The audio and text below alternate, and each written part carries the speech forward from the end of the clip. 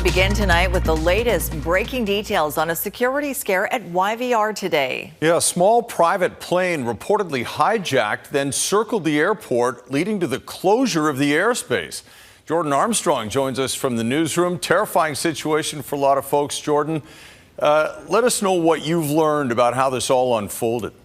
Chris, sources tell Global News the pilot was quite talkative on the radio as this was unfolding, making statements about climate change and melting ice caps. The Cessna flew above YVR for more than 20 minutes, and a message from air traffic control warning of a hijacked plane, that's how it was put, was broadcast to other pilots in the area. Have a listen.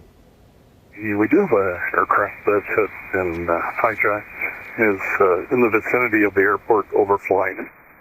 I'm just going to let you know that so that you can continue looking out the window. It's a 172, and just in case anything starts heading towards you, you have the ability to move at your discretion.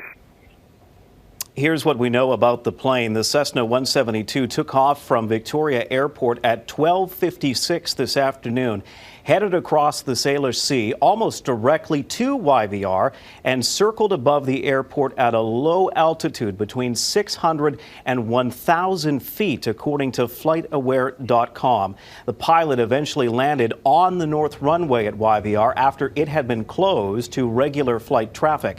A fleet of RCMP vehicles approached the plane. The pilot got out with his hands up and surrendered. What were his intentions? What was his plan? At this hour, we still don't know. For nearly 40 minutes, YVR was shut down to arriving flights. Planes were diverted to Abbotsford, Victoria, and Seattle. 9 aircraft were diverted to other airports during that time, and so YVR Airlines, our partners, are now working to get those passengers on their way. We do have about 80 flights that are delayed, so we are encouraging passengers to check with their airlines, to check yvr.ca before they come to the airport.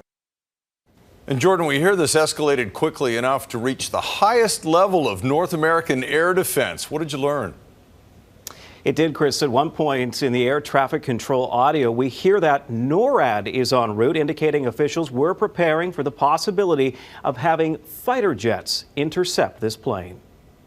So for everyone on frequency, there's some type of protest going on above the airport. Cessna, you can see over the north runway, they claim going to be here for a few hours. NORAD's on the way.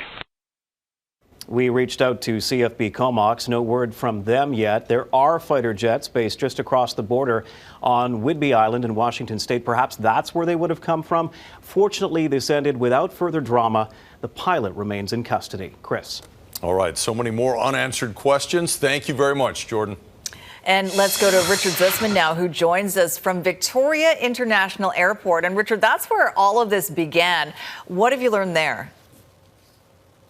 Around 1 o'clock this afternoon, Sophie, an individual was here at the Victoria Flying Club right out on this tarmac. And this fleet of aircraft from the Flying Club, it's one short tonight. That is the aircraft that's currently at YVR. The individual who flew the plane out of here is the individual in custody. We also understand that there was a flying instructor involved in this. The flying instructor is uninjured. What we do not know is how the individual got into that plane and took off from here. The RCMP are investigating the circumstances of that event and whether there were any weapons involved that led to that individual getting on the plane. We don't know what the connection is between the individual and the Flying Club here in Victoria or why he decided to head to Vancouver. I also spoke to the individual who's the dispatcher here at the Flying Club. He was clearly rattled by the events that unfolded, saying that there wasn't much more that he could add,